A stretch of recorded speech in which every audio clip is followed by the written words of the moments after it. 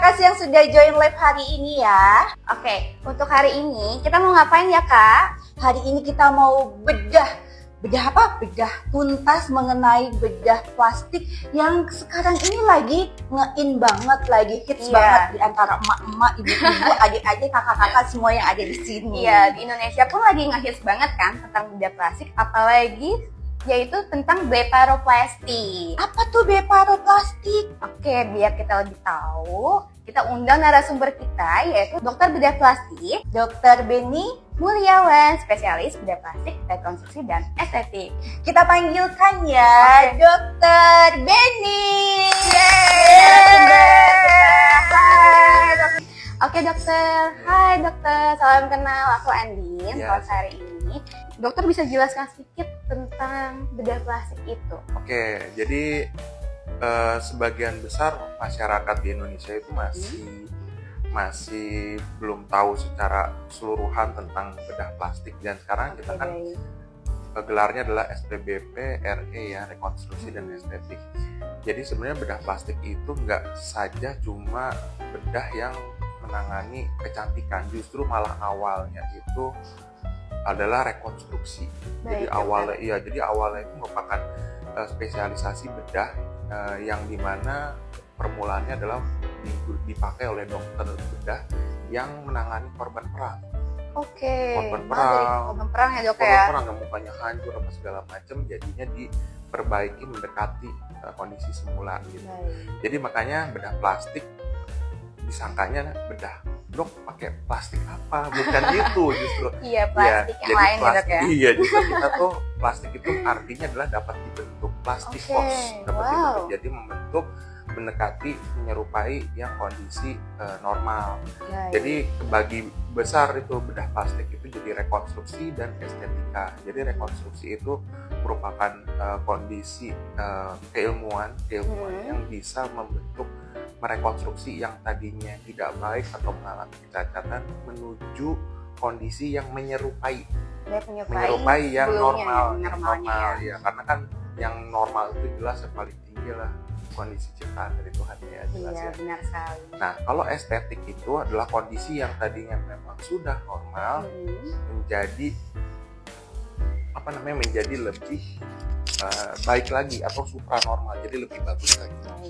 Berarti nggak cuma tentang estetika, tetapi juga di bidang medis lainnya pun bisa dilakukan bedah plastik ya dok ya? Betul.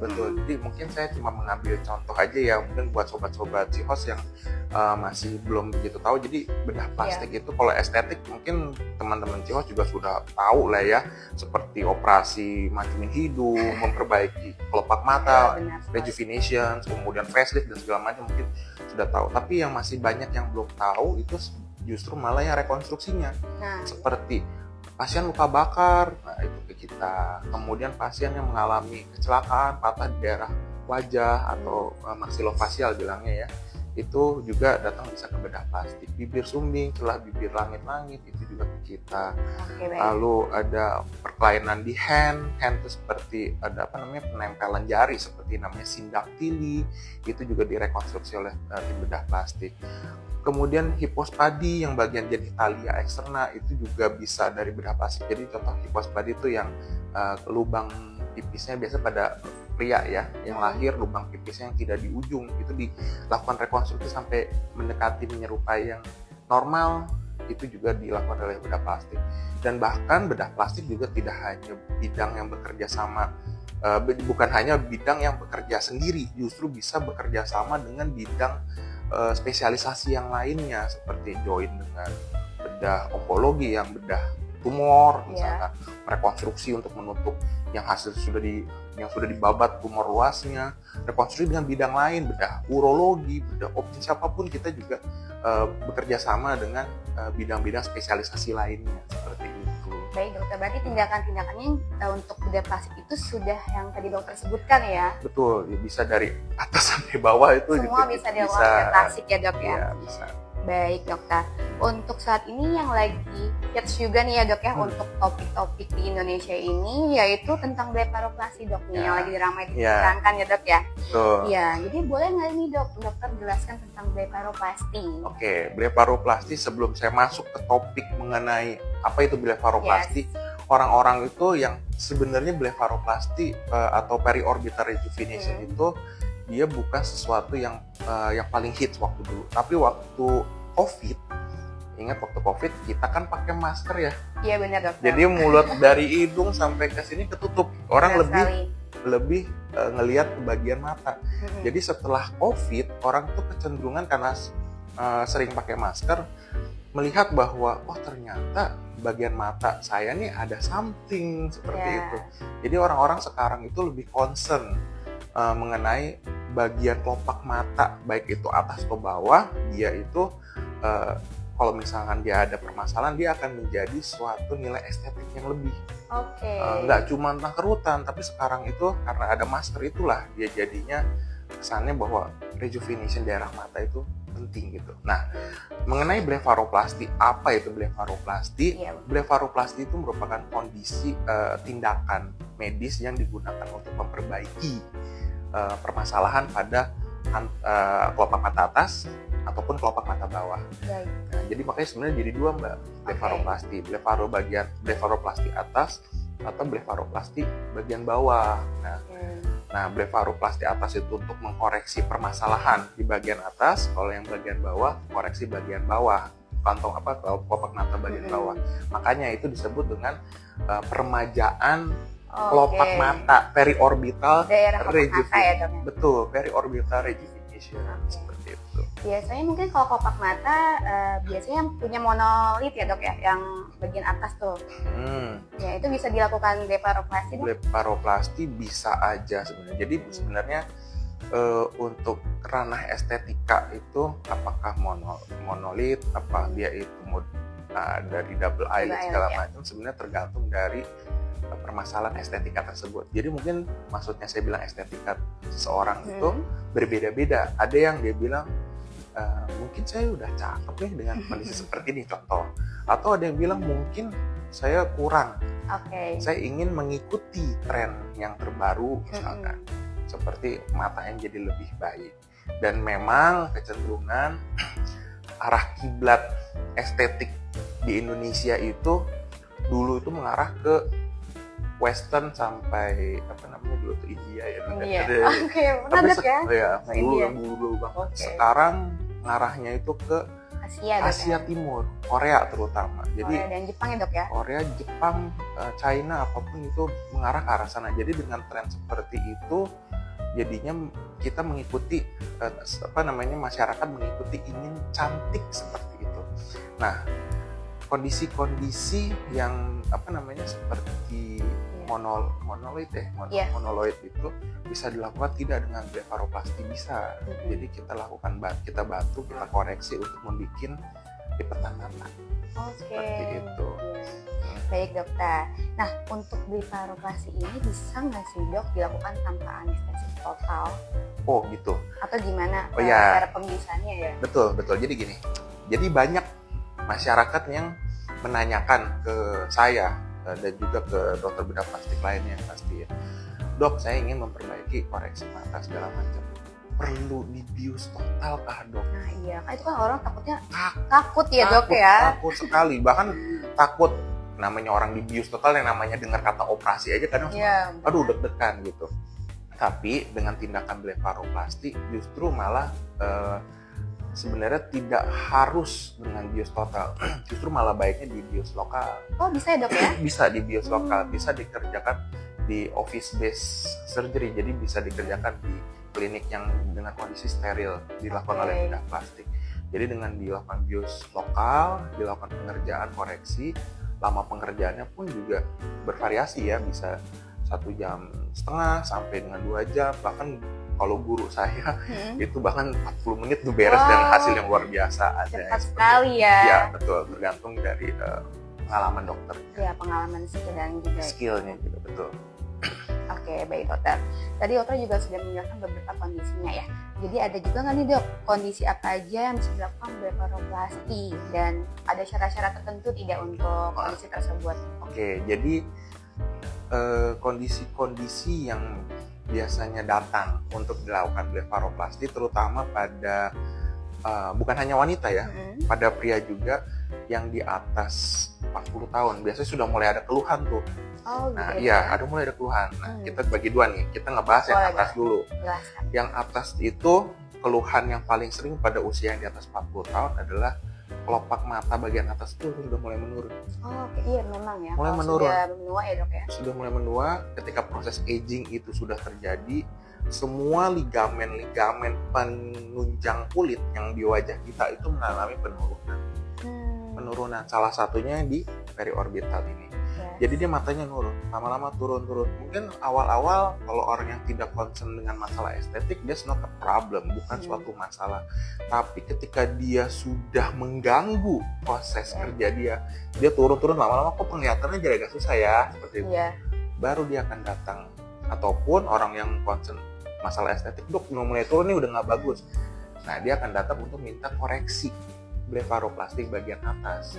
Jadi kita buang bagian yang kelebihannya kulitnya, kemudian kita perbaiki dan kemudian dibuat supaya kulitnya matanya tersebut menjadi lebih seperti sebelumnya lagi. Nah itu yang bagian atas. Ataupun kalau yang masalah lainnya estetik biasanya yang tadi Mbak bilang ya, orang yang matanya monoloid dia nggak punya kelopak misalkan, itu juga bisa dibantu koreksi seperti itu. Nah pada bagian kelopak bawah itu biasanya yang paling banyak terjadi adalah kantong mata. Jadi ngebentuk kantong besar. Jadi turun juga dok turun. Jadi biasa proses aging. Jadi selain kalau pada bagian bawah ini selain proses agingnya membuat ligamennya turun, lemaknya juga ikut-ikutan turun yang pegang. Jadinya kebentuk sebuah kantong. Jadi kesannya bawa kantong nih di mata seperti itu, jadi kesannya kurang baik dan itu yang paling banyak dikoreksi. Ya baik, berarti concernnya memang untuk kelopak atas dan bagian bawah ya dok ya untuk blefaroplasti ya. Betul. Baik dokter. Nah kalau misalkan seseorang ini ingin melakukan blefaroplasti ini dok ya. Oh iya, apa yang? Ya prosedurnya baik. Jadi orang tuh apa yang harus dipersiapkan nih dok? Oh iya, tadi yang persiapkan. Yang harus dipersiapkan adalah sobat Cihos kalau misalkan ada terkait kondisi medis ya, seperti hipertensi atau darah tinggi, itu harus kondisi tekanan darahnya harus dalam kondisi normal baiknya. Minum obat juga mesti teratur. Termasuk juga dengan kondisi apabila ada kencing manis. Kencing manis juga harus minum obatnya teratur, kalau bisa gula darahnya normal. Baik. Lalu sobat-sobat yang istilahnya kondisi yang minum obat yang rutin seperti pengencer darah. Pengencer darahnya itu biasanya terkait kalau pengencer darah itu dengan kondisi riwayat stroke atau mau stroke atau memang ada kelainan darah yang mengentalan darah ataupun masalah medis jantung. Itu bukan langsung tiba-tiba di stop, harus dikonsultasikan terlebih dahulu ke dokter spesialis yang memberikan. Karena untuk mencegah jangan sampai tiba-tiba di stop malah penyakit yang utama itu malah kumat, malah berbahaya. Jadi seperti masalah jantung malah tiba sakit jantungnya, nggak lucu kan? Iya. Nah benar. Terus ada juga yang perlu diperhatikan adalah sobat yang mengkonsumsi multivitamin. Multivitamin apa sih? Multivitaminnya bukan multivitamin C atau D, tapi multivitamin yang menutrisi kulit. Kadang kan, pengen kulit lebih jernih, lebih cerah, lebih pimple, lebih kenyal seperti itu kan biasanya minuman seperti kolagen ya dok ya. Kolagen, vitamin E, kemudian omega 3 dan semacamnya itu juga harus diperhatikan dan di-stop. Biasanya di-stopnya 1 minggu sebelumnya. Sebelum tindakan. Apa sih yang dimaksudin? Kok mesti harus stop segala macam? Lebih ke arah saat dilakukan tindakan tuh perdarahan. Jadi ketika dia itu pengenceran obat pengencer darah dan vitamin itu tuh efeknya dia akan membuat darah itu akan menjadi lebih encer, kedua jadi lebih banyak ketika dilakukan tindakan. Jadi saat tindakan dia akan lebih sangat keluar darahnya lebih banyak. Efek yang lainnya adalah pada saat fase penyembuhan. Fase penyembuhan, kalau misalkan darah tingginya nggak kontrol, kemudian vitaminnya kagak di-stop dulu, ataupun encer darahnya kadang ya dilanjut, misalkan seperti itu.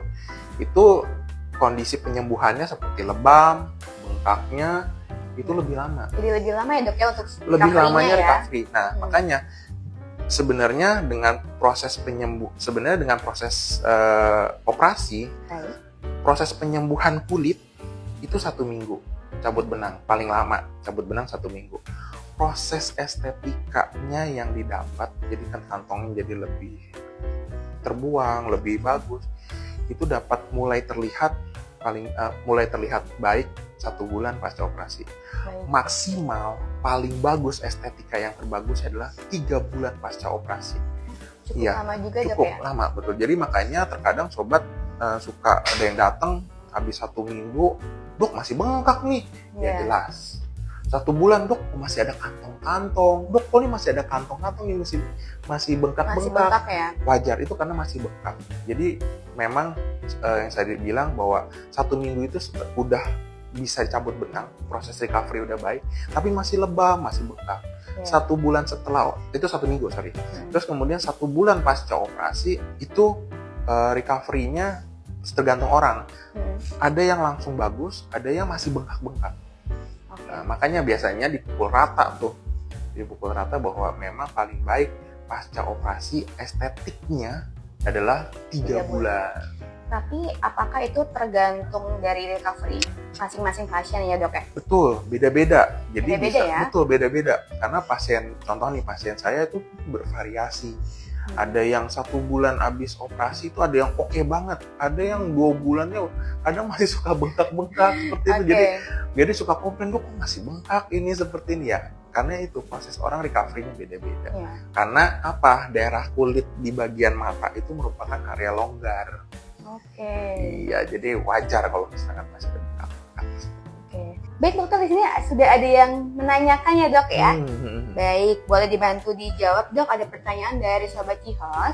Apakah peremajaan area kelopak mata bisa dicegah sedini mungkin dok? Boleh, silahkan dokter. Sorry apa? Kita ulang ya. Peremajaan, Ya, peremajaan sedini mungkin. Iya. Untuk sekarang gini ya, proses penuaan kita nggak bisa hindari. Itu udah merupakan takdir. Peremajaannya bisa dilakukan sedini mungkin dengan apa? Gaya hidup yang baik. Pasti gaya Bukan hidup langsung serba langsung. Operasi itu nggak boleh. Jadi kalau bisa gaya hidup yang baik. Contoh, rajin olahraga, jelas. Olahraga itu bisa meningkatkan selain kan yang tahu kan endorfin bla bla bla, tapi kan metabolisme dengan olahraga itu dia bisa memperbaiki mencegah proses penuaan aging itu sendiri. Kedua, minum dan makanan yang bergizi. Itu mah udah jawaban klasik. Makan minuman yang mengandung istilahnya bukan banyak protein ya, yang kalau bisa tidak junk food. Kenapa? Karena sulit ya dok ya. Nggak sulit ya? Karena saya pun juga kan suka makan makanan yang enak itu gitu. Masih cheating ya dok Masih cheating gitu. Nah itu kalau bisa dihindarin juga. Kenapa? Karena ketika proses ngegemukin badan ya, proses menggemukan orang itu overweight, obesity secara teorinya, biokimianya itu dia bisa menghasilkan stres oksidatif bla bla bla bla yang mengakibatkan proses penuaan. Terus yang ketiga adalah ini yang tadi saya sebutin, belum disebutin tadi, saya agak lupa, yaitu merokok. Rokok yang ngerokok nih. Ya, merokok itu sangat mempengaruhi proses aging. Jadi orang-orang yang aging itu dia gampang tua, oksidatif stresnya banyak, termasuk pas mau operasi juga. Itu kalau bisa orang-orang yang merokok itu harusnya di stop 2 minggu sebelum operasi dan 2 minggu setelah operasi harusnya. Kalau merokok, kenapa? Karena mempengaruhi proses penyembuhan. Recovery-nya lebih lama, Dok. Bahkan bisa jebol. Wow. Bisa jebol, jadi hasilnya nggak bagus. Dan juga dia punya proses peremajaan. Bisa nggak, Dok, kalau misalkan udah dilakukan gitu cuma masih agak tua segala macam pengen dimudahin?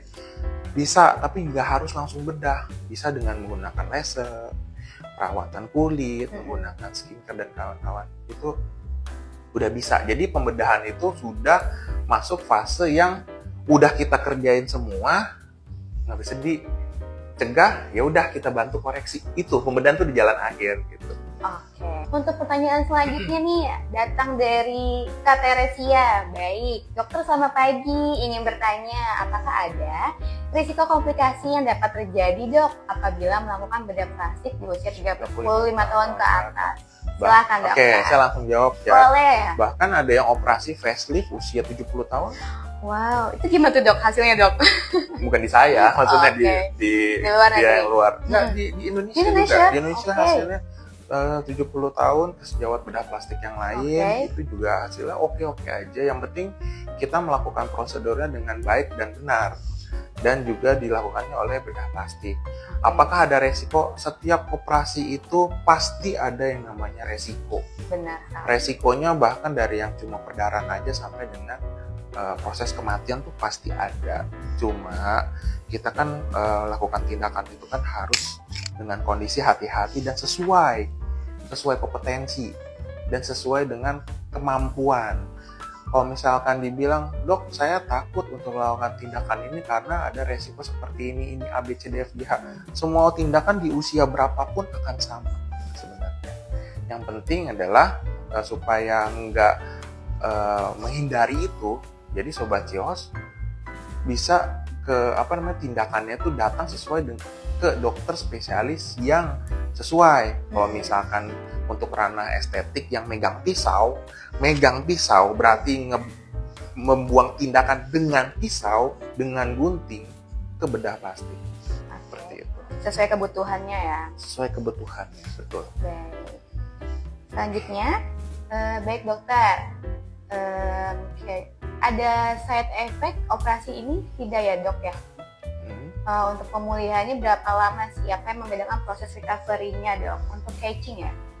Side effect operasi, namanya operasi khususnya blefaroplasti biasanya adalah proses yang terutama blefaroplasti atas ya, mungkin posisi kanan atau kiri, mata kanan kiri agak sedikit beda. Lu kurang naik nih yang kanan. Ada seperti itu. Ada resiko ke arah sana. Beda sebelah atau gimana? Ya, beda sebelah. Terus kemudian yang biasanya jarang terjadi yang namanya operasi seperti itu tuh infeksi sih sebenarnya.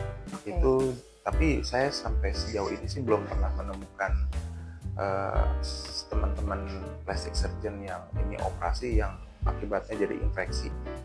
Infeksi akibat itu ya biasanya kayak gitu-gitu pasiennya ternyata ada merokok. Biasanya ada merokok. Kadang kan suka ya, Dok, kita melihat ada berita operasi hidung terus dia infeksi, Dok. Nah, itu apakah di daerah mata pun sama? Ada resiko memang ke arah sana. Cuma yang saya temukan yang di berita itu, mohon maaf nih, itu dikerjakan oleh non plastic surgeon. Ya, ada yang nekat, bahkan bukan dokter yang kerjain, saya juga nggak ngerti di sini ya.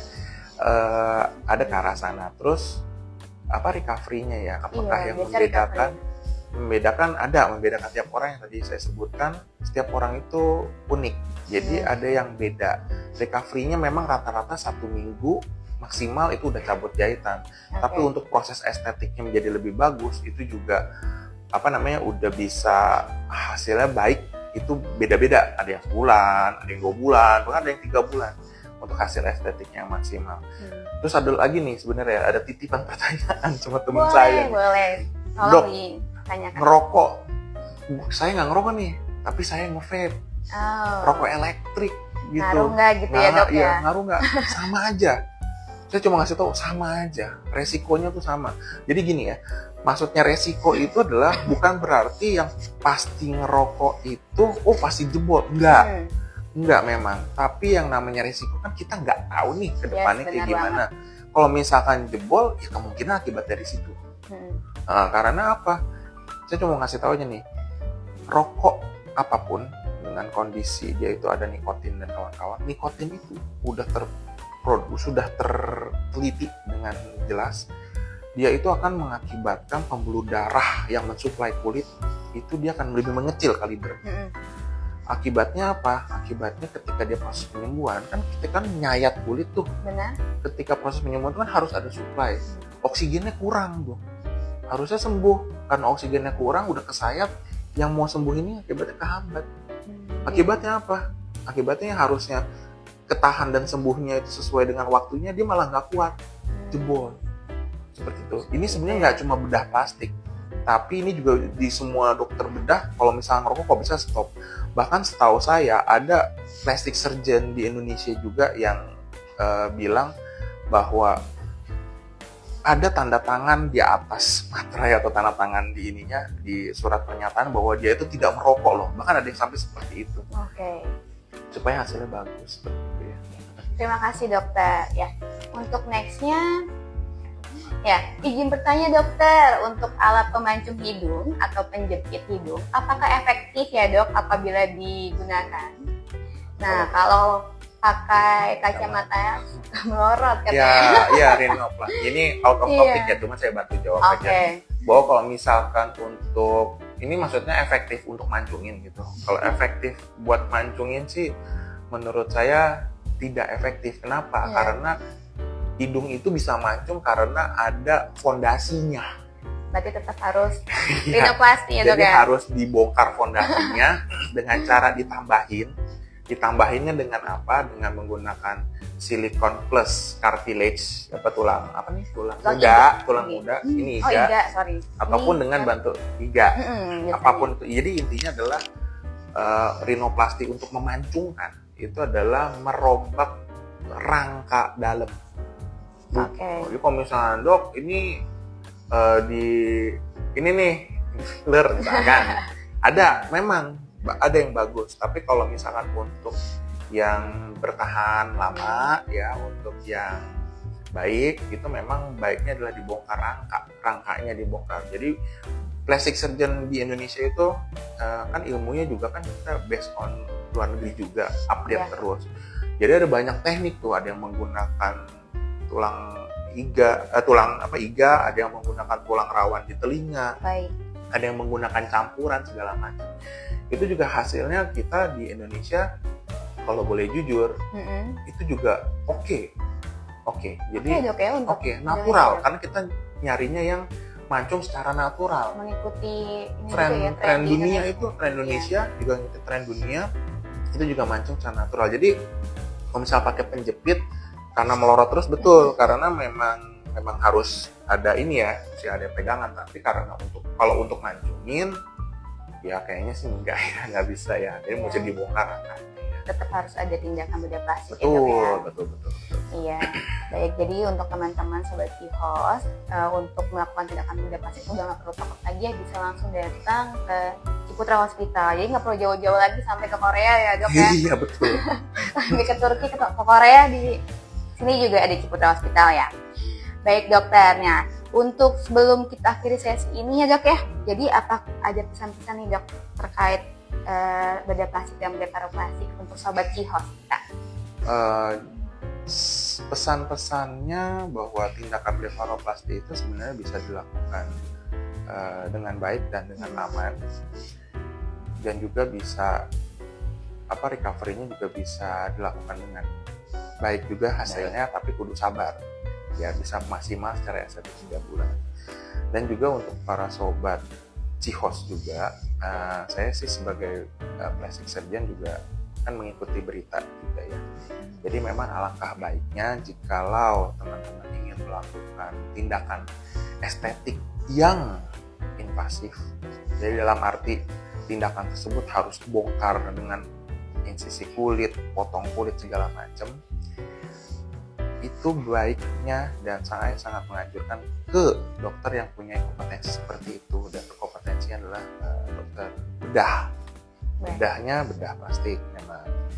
Dan juga kalau misalkan sobat menemukan kasus-kasus yang kasus-kasus yang istilahnya yang hasil estetiknya kurang baik itu tidak perlu ragu maksudnya ya, untuk konsultasi, karena plastic surgeon itu bukanlah dokter yang sangat eksklusif, bukan, tapi kita di sini hadir untuk membantu masyarakat Indonesia untuk memperbaiki kondisi dalam kondisi rekonstruksi ataupun kondisi untuk memperbaiki estetiknya.